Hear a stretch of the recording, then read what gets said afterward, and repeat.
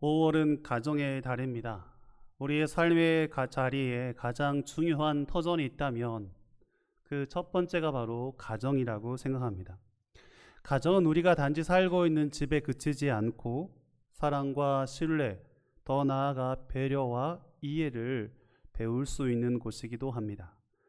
가정에서는 가장 먼저 사랑을 배우는 사랑의 학교이기도 하고 서로에게 힘과 또 위로가 되기는 근원지기도 합니다. 그래서 사회학자였던 클린턴 가드런이라고 하는 사람은 가정에 대해서 이렇게 말하고 있습니다. 모든 것을 다 이뤄도 가정이 있으면 아직 다 잃은 것이 아니다. 그러나 모든 것을 다 가져도 가정을 잃으면 모든 것을 다 잃은 것이다. 가정이 무너지면 우리의 삶의 기반이 무너지는 것이요, 삶의 의미도, 삶의 의욕도 무너지기 마련입니다. 다 무너진다는 것이죠. 마더 테레사 수녀가 노벨 평화상을 수상할 때에 한 기자가 그녀에게 묻습니다.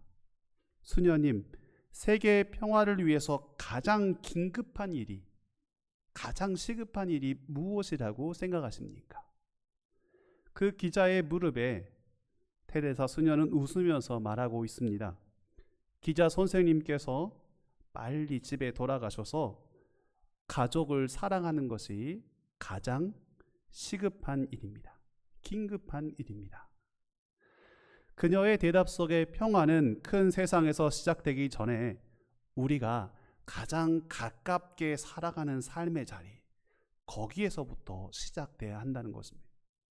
가정이 평안해야, 가족이 평안해야 우리의 삶의 자리에도 그 평안과 평화를 얻을 수 있다는 사실이죠.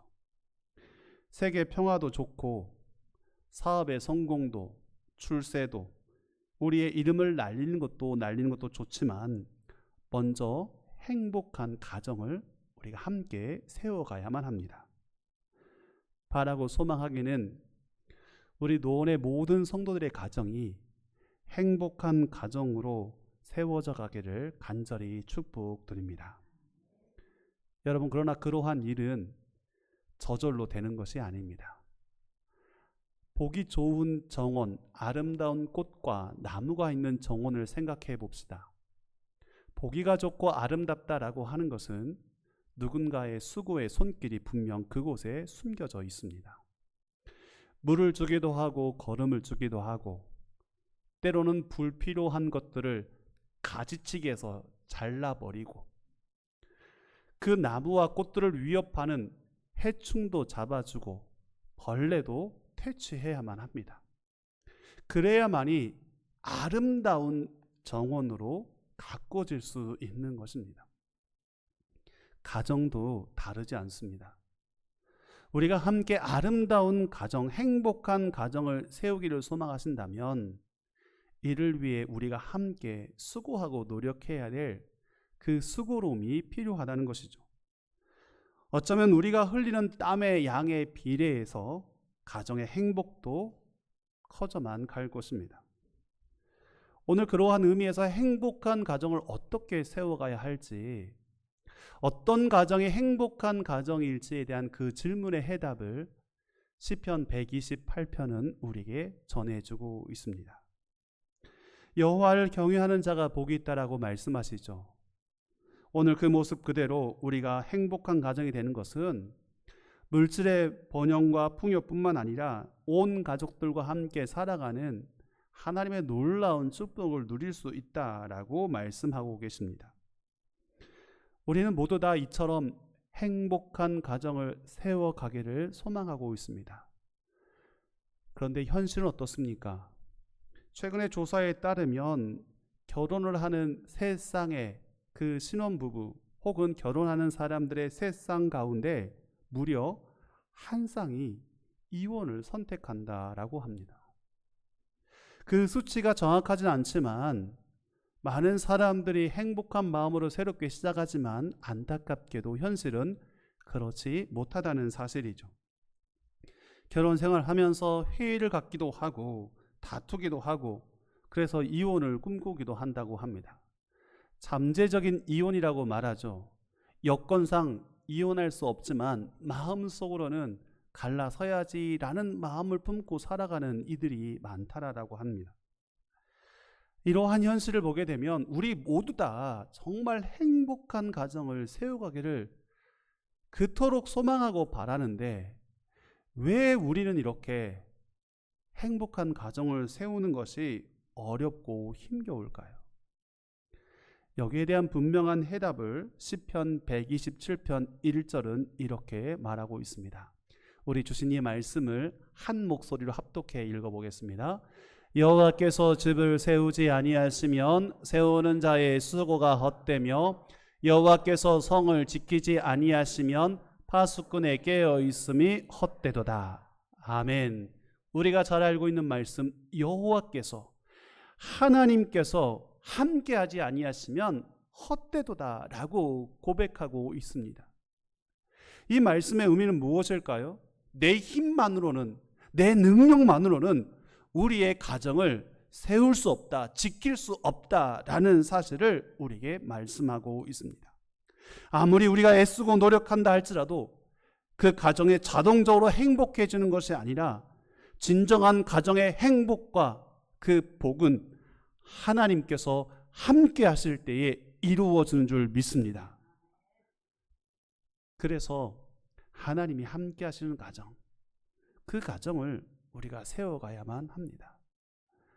오늘 본문은 하나님이 함께 하시는 가정에 대해서 우리에게 몇 가지로 말씀하고 있습니다. 즉 하나님이 함께 하시는 행복한 가정의 모습인데요, 그 첫 번째가 무엇일까요? 그것은 바로 하나님을 경외하는 가정, 그 가정에 관하여 말하고 있습니다. 어떤 가정이 행복한 가정입니까? 하나님을 경외하는 가정입니다. 오늘 본문 1절 말씀해 보시면 여호와를 경외하며 그의 길을 걷는 자마다 복이 있도다 라고 말씀하시죠. 복이 있도다 라고 하는 것은 행복하다, 세상에 줄 수 없는 참된 복을 누리며 살아가는 행복한 가정이다 라고 말씀하고 있습니다. 흔히 사람들은 이 행복을 어떤 조건이나 환경이 준비되어야만 한다라고 생각하는데, 성경은 우리에게 하나님을 경외하며 그 길을 걷는 사람들, 그들이 행복한 가정을 이룬다라고 말씀하고 계시죠. 즉 하나님을 경외하는 삶은 외적인 환경과 조건을 뛰어넘어 그 사람이 살아가는 삶의 방식, 삶의 태도마저 근본적으로 변화시키기 때문입니다. 구약의 대표적이었던 사람 이삭을 함께 생각해 봅시다. 여러분, 이삭이 한 땅에 머물러 살아가고 있는 그때에 그 땅에 가뭄이 들었습니다. 먹을 것이 없어 굶주림 가운데 있을 때에 사람들은 양식을 찾아 저 멀리 애굽으로 내려가게 됩니다. 이삭의 마음에서 사람들의 그 발걸음을 따라 우리도 함께 애굽으로 가야 되겠다라고 생각했을지 모릅니다. 그런데 하나님께서 이삭에게 말씀하시죠. 애굽으로 내려가지 말고 그랄 땅, 그 땅에 머물러 있으라라고 말씀하십니다. 하나님의 음성을 들었을 때 이삭의 마음속에 하나님, 우리가 굶어 죽게 되었습니다. 사람들과 함께 저 애굽 땅, 풍요의 땅으로 내려가야만 합니다라고 그가 대답할 수 있지 않았겠습니까? 그런데 이삭은 그러한 대답을 행하기에 앞서 하나님 말씀하시니 내가 하나님을 사랑하고 하나님을 믿는 그 경외의 마음으로 주의 말씀에 순종하겠다. 그래서 애굽은 그 땅에 남아 정착하게 됩니다. 그 땅에 머물러 살아가게 되죠. 많은 사람들은 풍요를 따라 애굽으로 내려갔지만 그 안에 남아 있었던 이삭, 그런데 하나님께서 그의 삶에 놀라운 축복을 허락하십니다. 성경은 그의 삶의 결실로 100배의 결실을 맺게 되었다라고 말씀하시죠. 어느 누구보다 비교할 수 없는 놀라운 하나님의 축복을 온전히 하나님을 경외함으로 그 말씀 붙잡고 살아갔던 이삭에게 허락하여 주셨습니다. 야곱은 어떻습니까? 그의 외삼촌 라반의 집에 가서 무려 14년 아내를 얻기 위해 수고하였습니다. 6년 동안 재산을 얻기 위해 노력하였습니다. 20년 동안 삼촌 라반의 속임수에 빠져 수고하고 애썼는데 어쩌면 아무것도 가지고 없는 그의 삶이었는데 오직 하나님을 경외함으로 하나님의 인도하심을 믿고 그 길을 묵묵하게 걸어가게 되죠. 마침내 하나님께서 이루 말할 수 없는 놀라운 축복을 야곱의 삶에 허락하셨습니다. 자녀의 축복뿐만 아니라 물질의 번영까지도 누리고 경험할 수 있도록 허락하셨습니다. 신약의 시대에 이르러 이방인이었던 고넬료라고 하는 로마의 백부장, 그는 하나님을 알지 못한 이방 사람이었는데 특별히 하나님을 경외하는 마음으로 살아갔습니다. 그 하나님을 위해 기도하며 살아가죠. 이웃 사람들을 구제하고 돕는 일에 힘쓰며 애쓰며 살아갔습니다. 하나님께서 그의 그 모습을 기뻐 받으셨고 하나님을 경외하고 그 뜻을 따르는 그 가정에 놀라운 축복을 주시는데요. 물질의 축복뿐만 아니라 그들의 영혼을 구원해 주시는 영혼 구원의 그 길을 열어주셨습니다.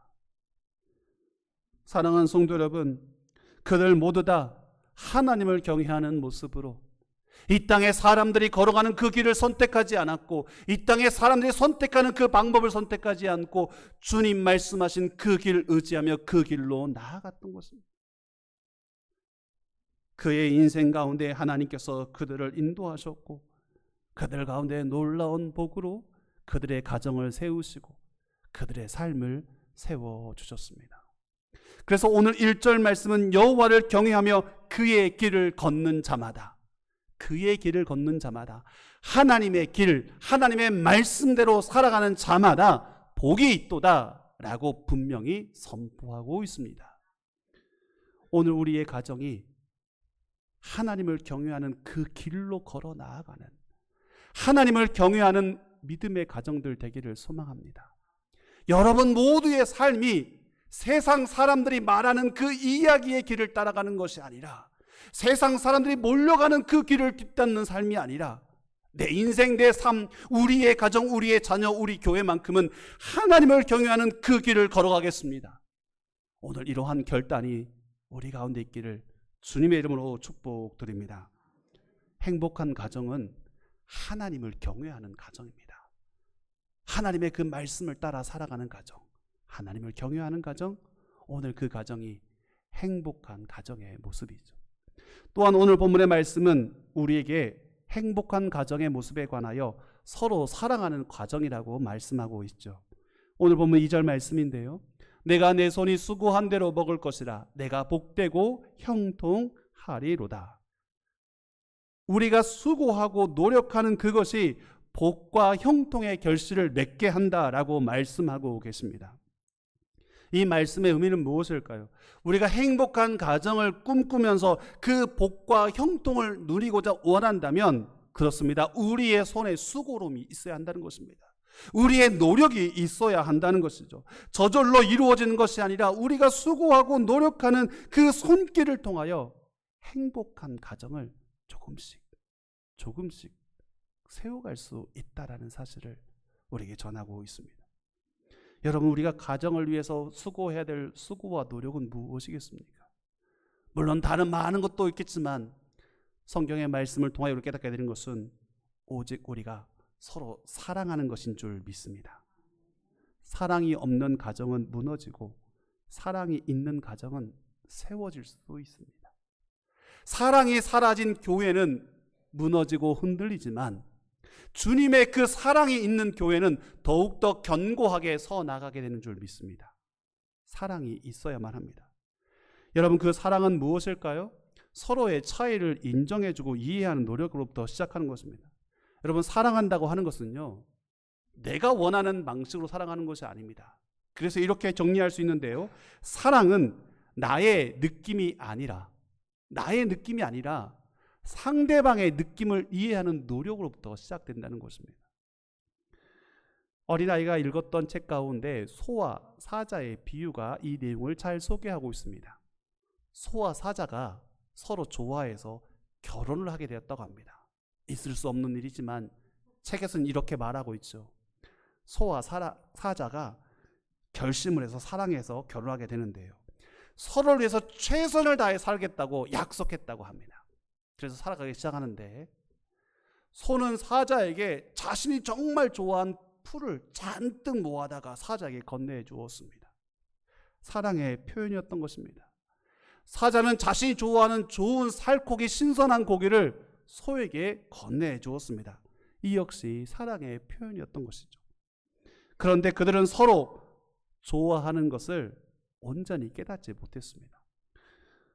소는 풀을 좋아했지만 사자는 풀을 싫어하였고, 사자는 고기를 좋아했지만 소는 고기를 싫어하였습니다. 결국 서로의 입장에서, 자신의 입장에서 사랑한다고 표현했던 그 사랑의 표현이 상대방에게는 오히려 사랑의 표현이 아니었던 것입니다.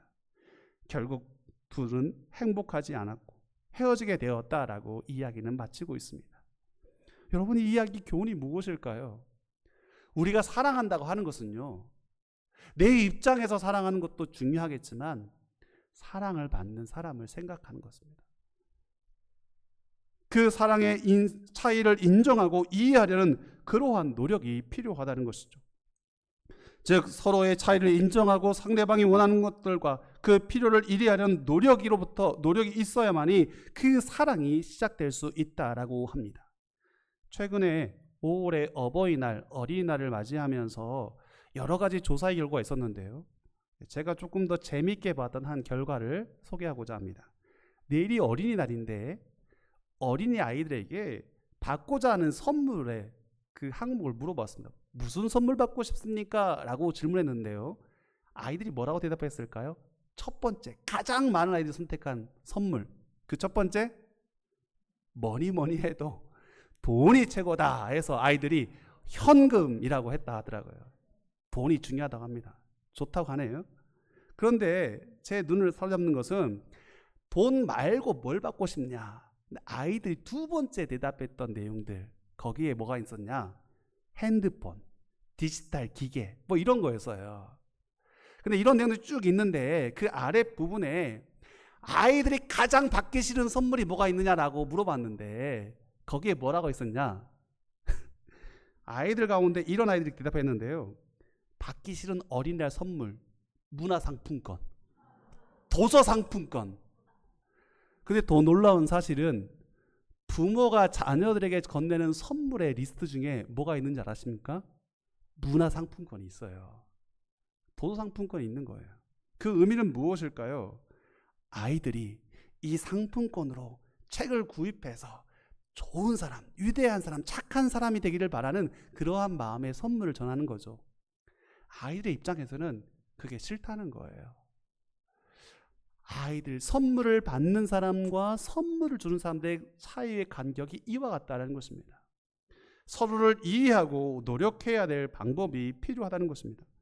그래서 무엇인가 서로 사랑하기 위한 사랑의 노력이 필요하다면 첫 번째, 관심을 가지십시오.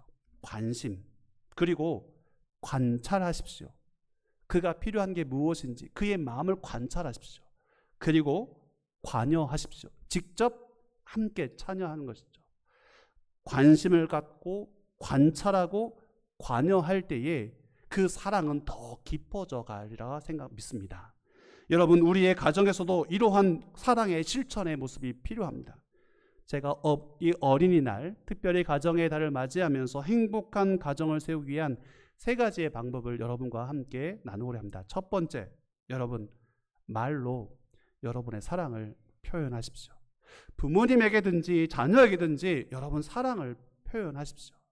마음속에 아무리 간직한들 어느 누가 알아주겠습니까? 여러분 늘 표현하십시오. 고맙다고, 미안하다고, 사랑한다고 여러분의 마음을 담아 전달하십시오. 그래야만 그 사랑의 관계를 유지해 나갈 수 있습니다. 두 번째, 함께 시간을 보내십시오. 우리에게 주어진 삶의 자리에서 함께 시간을 꼭 보내십시오. 특별히 식사할 때나 또 만나는 시간들, 대화의 시간들을 가지시기를 바랍니다. 요즘은 함께 밥을 먹는데도요, 도대체 말할 시간이 없는 것조차 보면서 너무 안타깝습니다. 저희도 보니까 같이 식사하는데 각기 식사하고 있는 모습, 그리고 각기 왼손에는 거룩한 핸드폰, 오른손에는 숟가락 들고 있는 모습 보니까 너무 안타까운 거예요. 핸드폰은 멀리 있는 사람을 가까이 하기도 하지만 가까이 있는 사람을 멀게 만드는 것이 핸드폰입니다. 핸드폰을 내려놓고 함께 대화하십시오. 시간을 함께 가져보시기 바랍니다. 마지막으로 서로를 사랑하는 모습으로 서로를 위해 꼭 기도하십시오. 부모를 위해서, 자녀를 위해서 기도하십시오. 이것이야말로 서로 사랑하는 그 사랑의 구체적인 실천의 방법입니다. 여러분, 그 사랑으로 인하여 행복한 가정이 세워지고 그 사랑을 통하여 우리의 공동체와 교회가 세워지는 줄 믿습니다. 그래서 행복한 가정은 서로 사랑하는 가정이요, 하나님을 경외하는 가정입니다. 마지막으로 오늘 본문을 통해 깨닫게 되는 것은 무엇입니까? 행복한 가정은 서로 위로하고 격려하는 가정입니다. 오늘 보면 3절 말씀해 보시면 내 집 안방에 있는 내 아내는 결실한 포도나무 같으며 내 식탁에 둘러앉은 자식들은 어린 감람나무 같으리로다 라고 말씀하십니다. 이스라엘 백성들이 즐겨하고 좋아했던 이 세 종류의 나무가 있습니다. 성경에도 자주 등장하는 나무인데 첫 번째 포도나무, 두 번째 감람나무, 세 번째 무화과나무, 이 세 나무를 즐겨 심고 또한 좋아하였다라고 합니다. 그들이 가장 좋아했던 그 나무 가운데 하나였던 포도나무, 이 나무는 열매를 거두어들여서 포도주를 생산할 수 있고 누릴 수 있었던 것이죠. 그런데 포도나무를 심었는데 포도나무에 열매가 없는 포도나무를 생각해 보십시오. 무슨 유익함이 있겠습니까? 그런데 오늘 가정을 소개할 때에 그 아내가 결실한 포도나무와 같다라고 말씀하시죠. 잘 자라서 좋은 열매들을 이제 거두어들 수 있는 그런 나무와 같다라고 소개합니다. 어린 자녀들은 어떻게 소개합니까? 어린 감람나무 같다라고 하죠. 감람나무 역시 열매를 짜서 기름을 얻을 수 있는 나무인데 아직은 결실하지 못하였습니다. 그래서 성경은 어린 감람나무라고 말하고 있습니다. 지금은 결실하지 못하였지만 이 자녀들이 자라고 성장함에 따라 어린 감람나무가 자라고 성장하여 열매를 맺는 것처럼 그렇게 풍성한 열매를 맺는다는 것이죠. 농부들이 나무를 기를 때에 포도나무와 감람나무 외의 모든 나무를 기를 때는 수고와 노력이 필요합니다. 때로는 그 나무를 위해 여러 가지 수고로운 일들을 해야만 합니다. 물을 주기도 하고 비료를 주기도 하고 앞서 이야기했던 것처럼 가지치기도 해야 되고 벌레도 잡아줘야만 합니다. 이러한 수고와 노력을 통해서 나무는 더 건강하게 성장할 수 있는 것입니다. 여러분, 가정에도 행복한 가정에도 서로를 향한 위로와 격려의 모습이 끊임없이 필요합니다. 그 위로와 격려를 통하여 가정을 이루는 가족들은 견고하게 서 나아갈 수 있는 것입니다.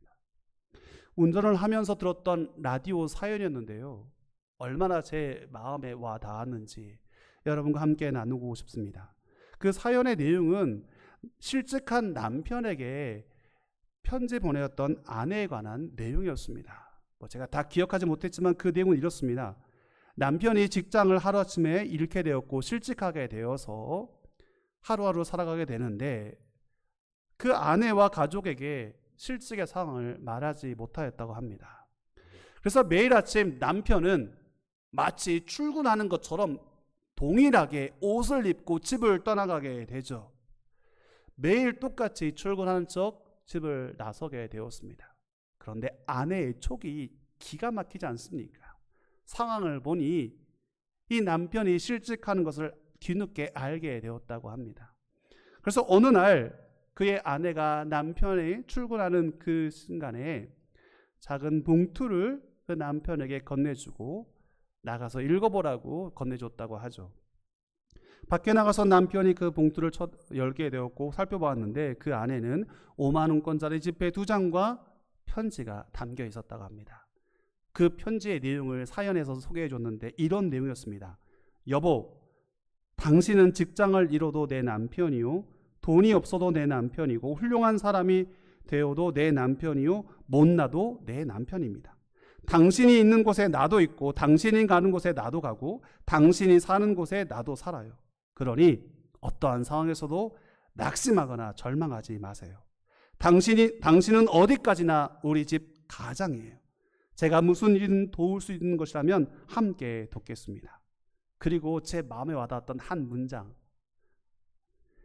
당신은 잘 모르겠지만 당신이 내 곁에 있다는 사실만으로 내가 얼마나 행복한지 몰라요. 사랑하는 아내가. 뭐 이런 내용이었습니다. 아휴, 혼자 있었길 망정이지. 제가 다른 사람과 있었으면 제가 이 이야기를 듣는데요, 너무나 눈물이 나는 거예요. 이 남편의 그 실직의 상황을 다 이해할 수 없지만 그래도 지지해주고 격려해주는 그 가족의 따뜻한 그 이야기를 들었을 때에 그 결과를 말하고 있지는 않지만 저는 생각합니다. 이 남편은 살아갈 용기를 얻고 힘을 얻고 다시 한번 일어서서 그 일들을 감당하며 살아갔으리라 확신합니다. 여러분, 가정이 이런 모습이 돼야 하지 않겠습니까?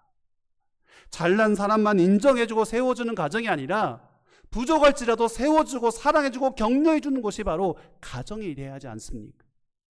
세상의 직장과 일터는 그렇지 않습니다. 수익의 구조에 따라 많은 결실 이익을 얻어내야만 합니다. 그래서 사랑해주고 격려해주는 것이 아니라 오히려 질책하고 이야기하는 것이겠죠. 그러나 가정은 부족한 모습을 품어줄 수 있고 사랑해줄 수 있는 곳이야만 합니다. 연약한 곳을 함께 품고 기도해주고 격려해주는 곳이 바로 가정이라는 사실이죠. 어디 그러한 공동체 가정뿐이겠습니까? 오늘 저와 여러분이 함께 예배하는 이 노원교회 예배의 공동체인 줄 믿습니다. 여러분, 교회는 연약한 사람들을 격려하는 곳입니다.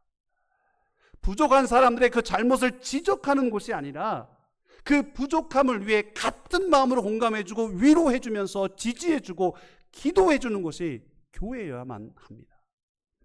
여러분, 그러한 의미에서 본다면 오늘 이 시대에 우리가 지지하고 격려해야 될 이들이 있다면 누구이겠습니까? 오늘은 어린이 주일입니다. 우리가 어린이 주일을 기억하면서 함께 예배하는 그 의미가 무엇일까요? 그들을 지지하고 격려해 주어야만 하기 때문입니다. 연약한 우리의 자녀들을 사랑으로 격려해주고 위로하고 지지하기 위해서 어린이 주일로 예배하는 것이죠. 그래서 우리 장로님께서도 다음 세대를 위해서 함께 기도해 주셨던 것입니다. 여러분, 그런데 참 놀라운 것은 우리 교회 성도들 가운데 다음 세대가 어디에서 예배하는지 그 장소조차 모르는 분들이 계신다는 거예요. 그곳에 한 번도 가보지 않는 분들이 계신다는 거예요. 아니, 그곳이 어디인지를 알고 있어야 다음 세대의 자녀들을 전도하면 그곳으로 인도하지 않겠습니까? 그곳에서 예배하는 곳이 어딘지를 알고 있어야 가보아야 우리가 그 영혼을 위해 기도할 수 있지 않겠습니까? 여러분, 그래서 오늘은 어린이 주일인데요, 제가 여러분들에게 한 가지 숙제를 내드리겠습니다. 어린 주일날 어린이를 위해서 예배한다, 이러한 마음이 있다면, 아니 그러한 마음으로 결단한다면 여러분, 오늘 우리 어린 아이들이 예배하는 예배의 장소에 오늘 꼭 한번 가보십시오. 우리 교회 아이들이 예배하는 곳은 교회 카페 2층에 있는 엘림 카페 2층에 있는 소예배실입니다. 카페만 방문하지 말고 2층에 꼭 올라가십시오. 그리고 그 아이들이 앉아 예배하는 그 자리에 잠깐 앉아보십시오. 그 아이들이 노원교회에서 사랑과 격려의 지지를 통하여 잘 성장할 수 있도록 잠깐이라도 기도하십시오. 그 아이들을 가르치는 선생님들과 교육자를 위해서 기도하십시오. 여러분, 이것이야말로 행복한 교회, 행복한 다음 세대를 세워갈 수 있는 우리 어른들의 책임이기도 합니다. 오늘 어린이 주일을 보내면서 우리의 가정이 정말 행복한 가정이 되기를 소망합니다. 그러한 가정으로 세워가기를 원합니다. 세워간다라고 하는 것은 우리가 함께 노력하는 것입니다. 지식을 깨닫는 것이 아니라 노력하는 것이죠. 그러기 위해서 첫 번째 노력은 여호와를 경외하는 가정, 하나님의 말씀대로 순종하며 나아가는 가정으로 우리가 함께 노력해야 하는 것입니다. 그리고 행복한 가정은 서로 사랑하는 것입니다. 서로 지지해주고 응원해주는 가정입니다. 저는 오늘 말씀을 기억하면서 먼저는 우리 모두의 가정이 행복한 가정이 되기를 소망하며, 더 나아가 우리 교회가 행복한 교회로 세워져 가기를 소망합니다. 이 일을 위해 우리가 함께 힘쓰고 애쓰며 함께하기를 원합니다. 오늘 주신 말씀을 통하여 기도하기는 하나님, 내가 우리 가정을 행복한 가정으로 세워가겠습니다. 우리 교회를 행복한 교회로 세워가겠습니다. 내가 그 일에 함께하겠습니다. 이러한 결단과 각오가 우리 모두에게 있기를 주님의 이름으로 축복드립니다. 함께 기도하겠습니다. 은혜로우신 아버지 하나님, 행복한 가정 세워가기를 소망합니다. 여호와를 경외하는 가정, 서로 사랑하며 서로 지지하고 격려해 줄 수 있는 가정, 그래서 하나님 보시기에 기쁨이 되고 자랑이 되는 그 가정을 세워가게 하여 주옵소서. 가정뿐만 아니라 행복한 교회도 우리가 함께 세워가게 하여 주시옵소서. 예수님의 이름으로 기도하옵나이다. 아멘.